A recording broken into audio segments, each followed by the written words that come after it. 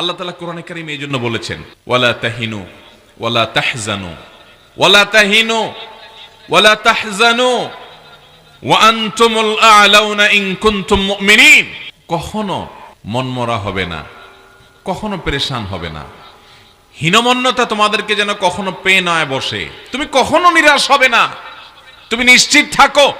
তুমি যদি প্রকৃত ইমানদার হও, ইমানের সেই লেভেলে তুমি নিজেকে নিতে পারো, নেকামল যদি সেভাবে করতে পারো, তোমরাই বিজয়ী হবে, কোনো সন্দেহ। ব্যক্তিগত সমস্যা বলেন, সমষ্টিগত সমস্যা বলেন, জাতিগত সমস্যা বলেন, আমরা তো এখন ধরি মাছ নাচুই পানি টাইপ মুসলমান।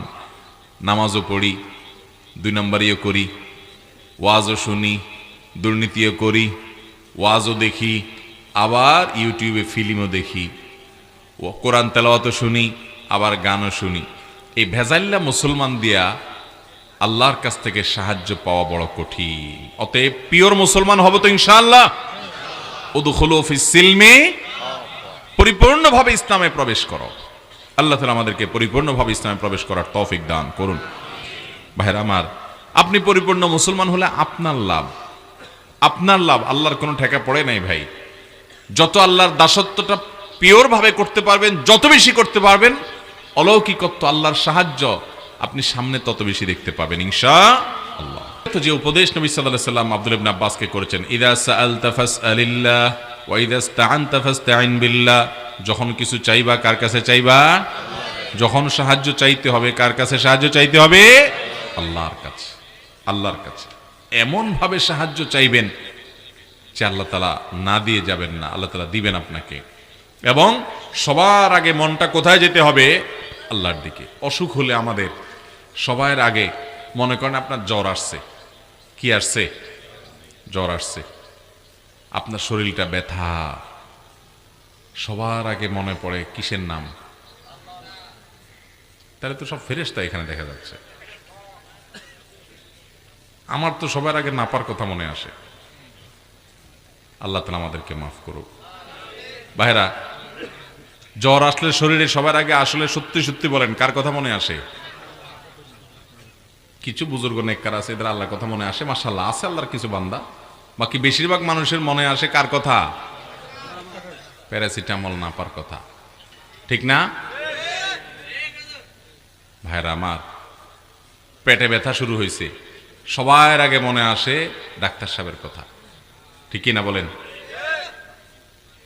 ঠিক আছে, আপনি ডাক্তারের কাছে অবশ্যই যাবেন। নবী করিম সাল্লাল্লাহু আলাইহি ওয়াসাল্লাম নির্দেশ করেছেন, তোমরা ঔষধ গ্রহণ করো, কারণ আল্লাহ তাআলা এমন কোন রোগ সৃষ্টি করেন না যার জন্য ঔষধ বা প্রতিষেধক সৃষ্টি করেন নাই। ওষুধ গ্রহণ করো। ওষুধ গ্রহণ করা, চিকিৎসা গ্রহণ করা, এটা সুন্নাহ, অসুবিধা নাই। কিন্তু ইমানদারের যে কোনো অসুবিধায় সবার আগে যাকে তিনি স্মরণ করবেন তিনি হলেন আল্লাহ রাব্বুল আলামিন।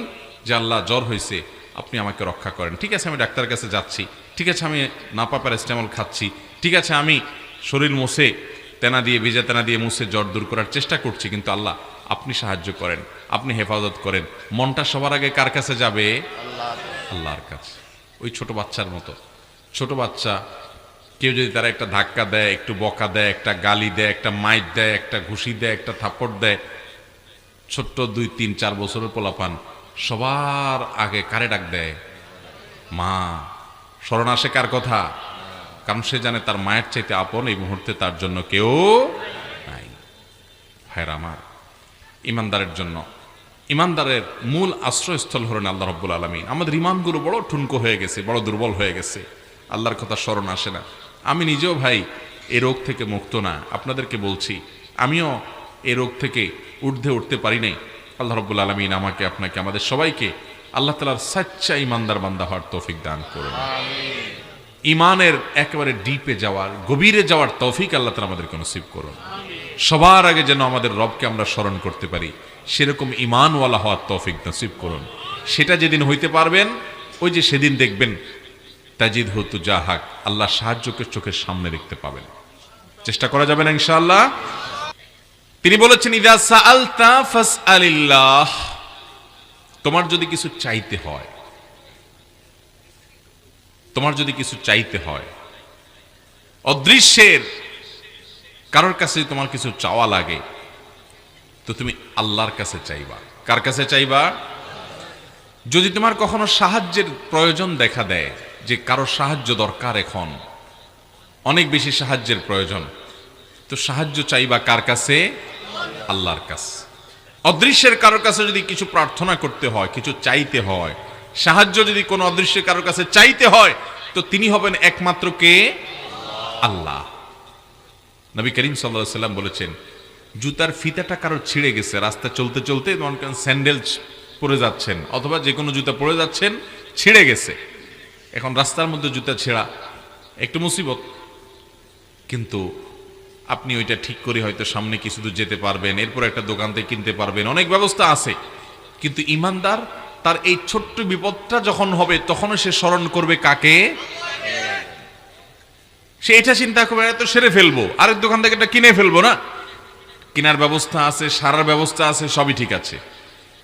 আমার এই ছোট্ট ক্ষুদ্র বিপদেও পর্যন্ত আমার মন চলে যাবে সবার আগে যার কাছে, তিনি কে? আর আমাদের অবস্থা হলো, জুতার ফিতা ছেঁড়া তো অনেক পরের কথা, জীবনে অনেক বড় বিপদ আসার পরও আমরা এর কাছে যাই, অমুকের ফোন দেই, তমুকের মেসেজ দেই, অমুকের হাতে পায়ে ধরি, অমুকের অফিসে চলে যাই, সব কুল কেনারা করার পর যখন কোনো রাস্তা পাই না, এবার যায় বলি আল্লাহ। ঠিক না ভাই? ঠিক। অথচ ঈমানদারের যেই কোনো বিপদে সবার আগে যাকে স্মরণ করবে তিনি কে? আল্লাহ রাব্বুল আলামিন। আল্লাহ তাআলা আমাকে আপনাকে সেরকম ঈমানদার হওয়ার তৌফিক দান করুন। ভাইরা আমার, এটা হলো মোবাইল ফোনের নেটওয়ার্কের মতো অনেকটা। আপনি আল্লাহর সাথে যত বেশি কানেক্টেড হতে পারবেন, আপনার কানেকশনটা যত স্ট্রং হবে, নেটওয়ার্কটা যত মজবুত হবে, আপনি আল্লাহর কাছ থেকে সাহায্য তত দ্রুত পাবেন, যোগাযোগ তত দ্রুত হবে। আর এটা নির্ভর করবে যে আপনি আল্লাহকে কত বেশি স্মরণ করেন। যদি দেখেন যে না, একেবারে কোনো বিপদে সে একেবারে শেষ পর্যায়ে গিয়ে আল্লাহর কথা স্মরণ হয়, তার আগ পর্যন্ত আল্লাহর কথা মাথায়ও আসে না, ওই অমুকের কথা, তমুকের কথা, অমুক মামু, অমুক খালু, অমুক পাওয়ারওয়ালা, অমুক শক্তিওয়ালা, অনেক পয়সাওয়ালা, তাদের কাছে দৌড়ান, অমুকের হাই হ্যালো, আমার বিপদ হয়েছে, আমার এই সমস্যা হয়েছে, সবার কথা মনে পড়ে, আল্লাহর কথা মনে পড়ে, ঠেকায় পড়ে গেলে যখন দেখেন আর কোনো উপায় নাই, এবার এসে বলেন আল্লাহ আপনি ছাড়া উপায় নাই। এরকম যদি হয় তাহলে বুঝবেন যে আপনার নেটওয়ার্কটা 4 দাগের মধ্যে 1 দাগ আছে, তাও নিবু নিবু করে। বুঝেন না কথা?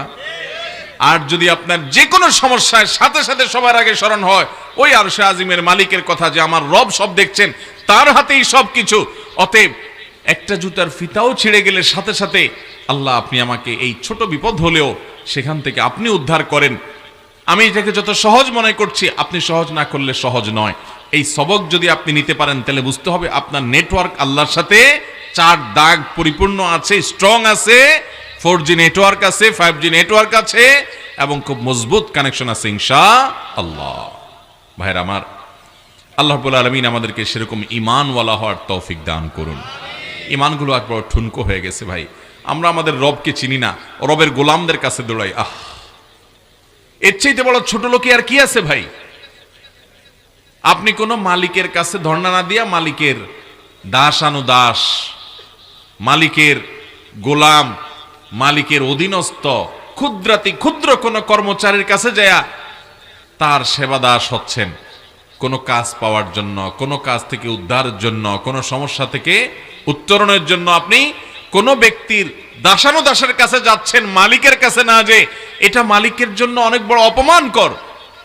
আরশে আজিমের মালিক, সব কিছু যার হাতে, আল্লাহ রাব্বুল আলামিনের কাছে না চেয়ে, তার দিকে না যেয়ে তার গোলামদের দুয়ারে দুয়ারে দৌড়াচ্ছেন, তাদের অফিসে অফিস দৌড়াচ্ছেন, এটা আল্লাহর শানে, এটা আল্লাহর শানে বেয়াদবি, এটা ঈমানের সাথে যায় না। এই জন্য ঈমানদার সব কিছুর আগে সাহায্য চাইবে কার? আল্লাহ। আমাদের সমাজের অনেক ভাইরা আছেন যে মামু খালুর কাছে দৌড়ায়, এটা যেরকম আছে মামু খালুর কাছে যান, সমস্যা নেই, কিন্তু আপনার ঈমান থাকবে যে তার হাতে নাই, আসল চাবিকাঠি কার হাতে? অতএব ওই জায়গায় আগে দরখাস্ত জমা দেই, এরপরে এসব করা যায়, ওখান থেকে হুকুম হলে এদের মাধ্যমে হবে, না হলে হবে, এটা হবে আপনার বিশ্বাস। অনেক কপাল পোড়া মুসলমান আছে, অনেক কপাল পোড়া মুসলমান আছে, জমজমের পানি খাওয়ার পর আবার নোনা পানিতে যায়, জমজমের পানি খাওয়ার পর আবার তার কাছে জমজমের পানি আছে, সেটা না খায় সে নোনা পানি খায়। এরকম অনেক ছোট লোক মুসলমান দুনিয়াতে আছে। মুসলমানিত্ব থেকে আমাদেরকে পিওর এবং খাঁটি মুসলমান হওয়ার তৌফিক দান করুন। ভাইরা আমার, নফসের গোলামি করে শয়তানের কথা শুনে বহু সময় কাটাইছেন, আসেন একটু আল্লাহর গোলামি কিছুদিন করে দেখেন। আমি আল্লাহর শপথ করে বলতে পারি, আল্লাহর দাসদের গোলামি করে যে তৃপ্তি পাইছেন, যতটুক পাইছেন, আরশে আজিমের মালিকের গোলামি করলে তার চেয়ে অনেক বেশি মজা পাবেন ইনশাআল্লাহ। একটু সেজদায় লুটিয়ে পড়ে, খেলার জন্য তো বহু রাত জাগছেন, আসেন না একটু ফজরের সময় উঠে আল্লাহর মহব্বতে আরামের ঘুম হারাম করে কম্বলটা ফেলে দিয়ে আসেন একটু ওযু করে সেজদায় লুটিয়ে পড়ে দেখেন। আল্লাহর শপথ করে বলছি, আপনার অন্তরে এক ধরনের স্বাদ অনুভব হবে যে আমি আমার মালিককে সেজদা নিবেদন করতে পারছি, আলহামদুলিল্লাহ। বহুত কপাল পোড়া শুয়ে আছে, আল্লাহ আমাকে তৌফিক দিয়েছে। কৃতজ্ঞতায় মাথা অবনত হবে, আল্লাহ শুকরিয়া আদায় করতে পারবেন। চেষ্টা করবেন তো ইনশাআল্লাহ।